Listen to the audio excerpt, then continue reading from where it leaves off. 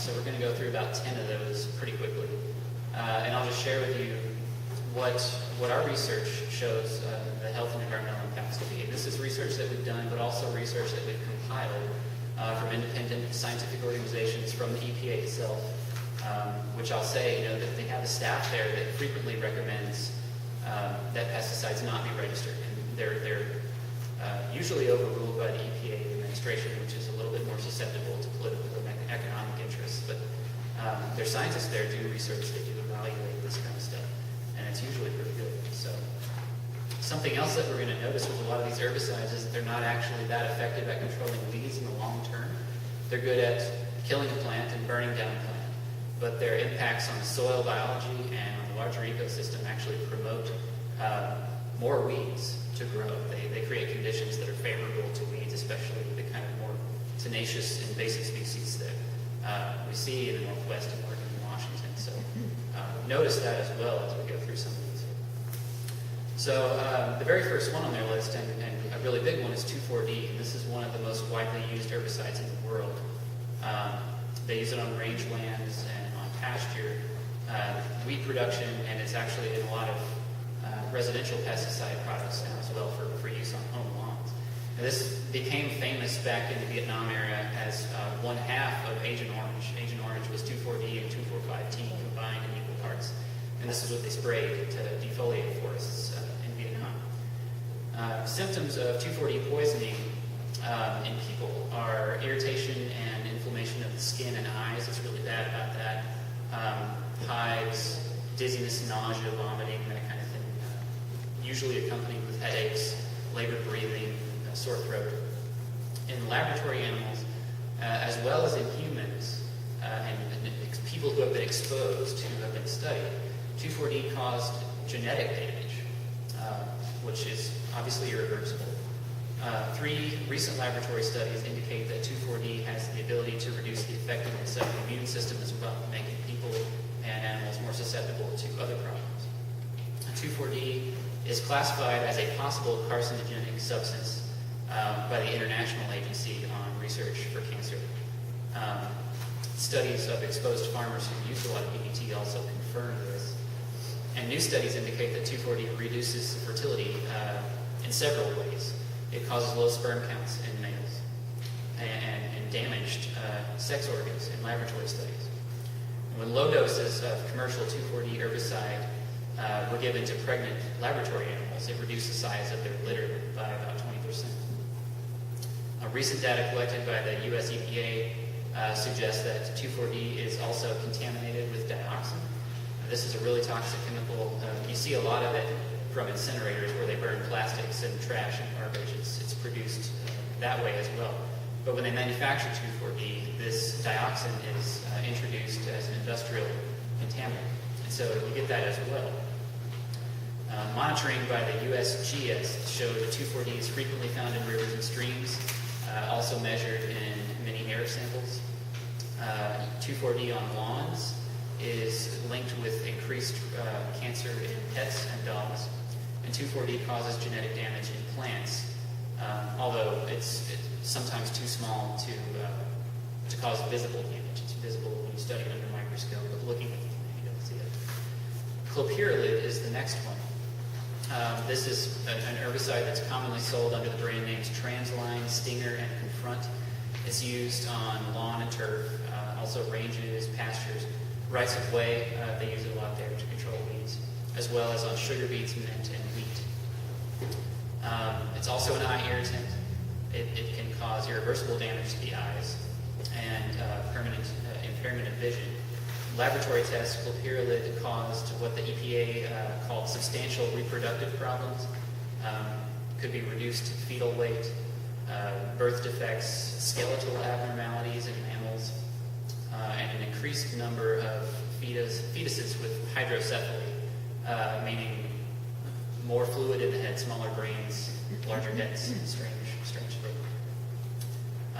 It's persistent in soil, meaning that it lasts for a long time. And I guess up to 14 months in some cases, so longer than a year for this stuff to break down. It also has characteristics that make it really good at traveling around in water. structure of the molecules allow it to permeate down into the watershed and into our rivers. Potatoes as a crop are extremely susceptible to damage from clopyralid. When it's used along roadsides and it drifts onto farmers' property, damages potato crops very easily. The next one, dicamba.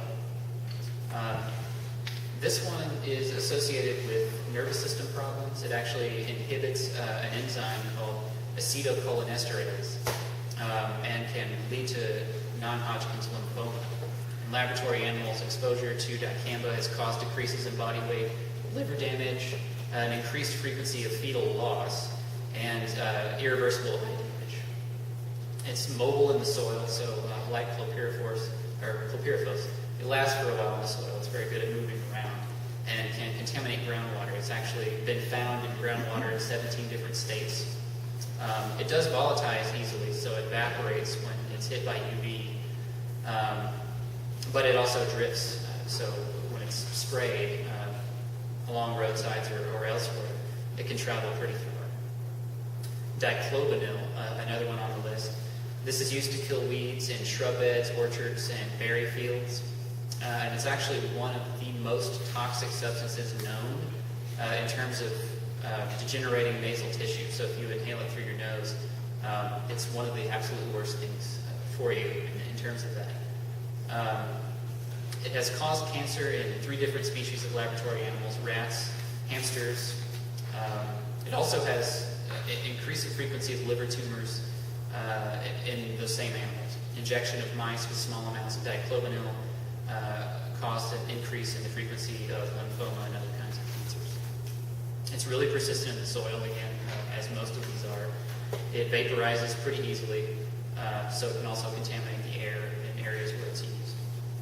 And it reduces the growth of beneficial mycorrhizal fungi on the roots of trees and other plants. And this is getting into what I mentioned in terms of a lot of these herbicides not being very good at controlling weeds in the long term.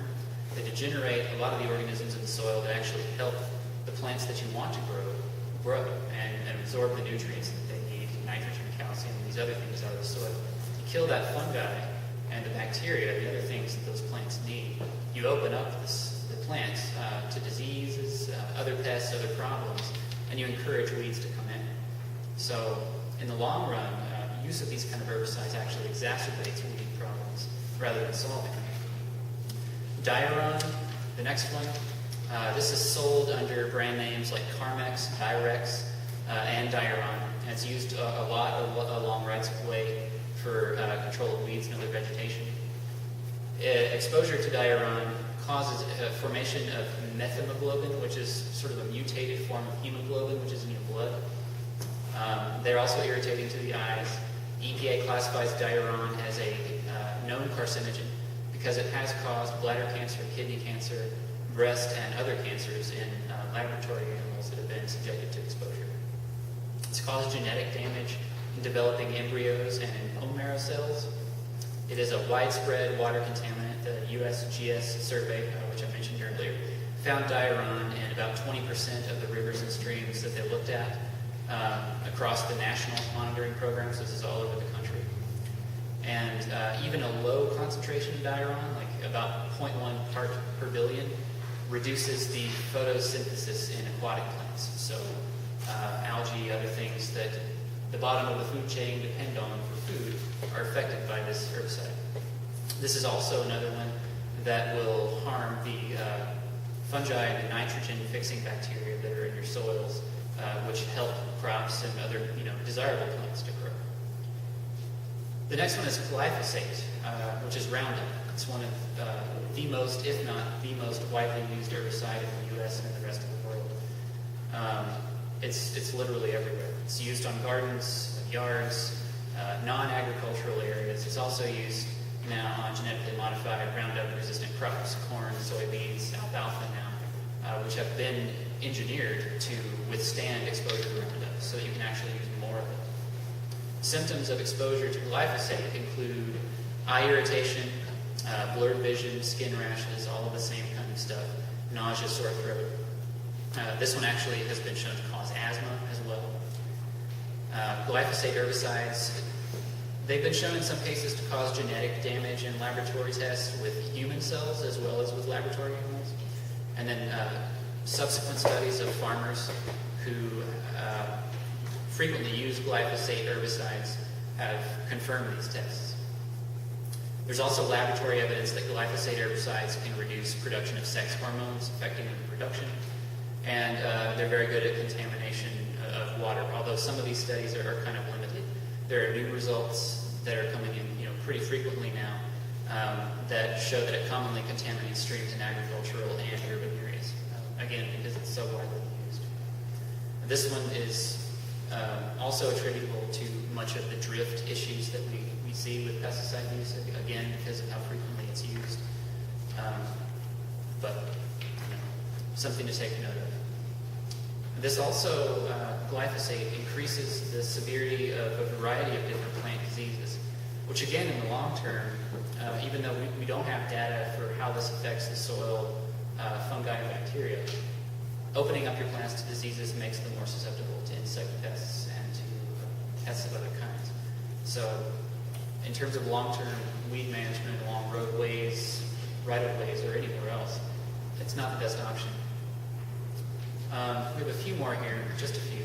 Imazapyr, a broad-spectrum herbicide used for vegetation control in forests and rights-of-way. This one is, again, an eye irritant and a skin irritant.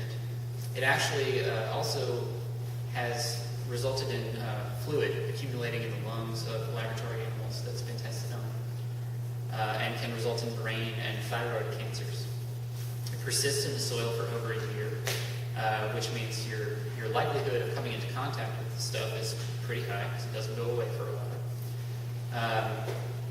And it moves around in the soil as well. So through irrigation, through precipitation, it can actually transport itself from one place to another. Half a dozen weedy plant species have developed resistance to imazapyr. So even though it's being sprayed, it may not even be controlling the weeds. The weeds have been dealing with it for a while. They've sort of evolved to put up with it. So we're not really getting the benefits of that.